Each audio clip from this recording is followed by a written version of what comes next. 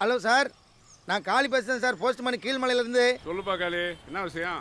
என்னத்தை சொல்லுங்கிய, பாடா படுத்துதானுவ. போஸ்ட்மேன் வேலையை தவிர எல்லா வேலையும் பார்க்க சொல்லுவானுவ.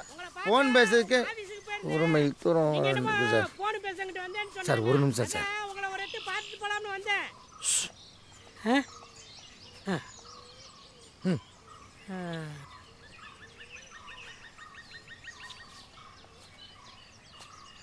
ஹலோ சார், கேட்கா சார்?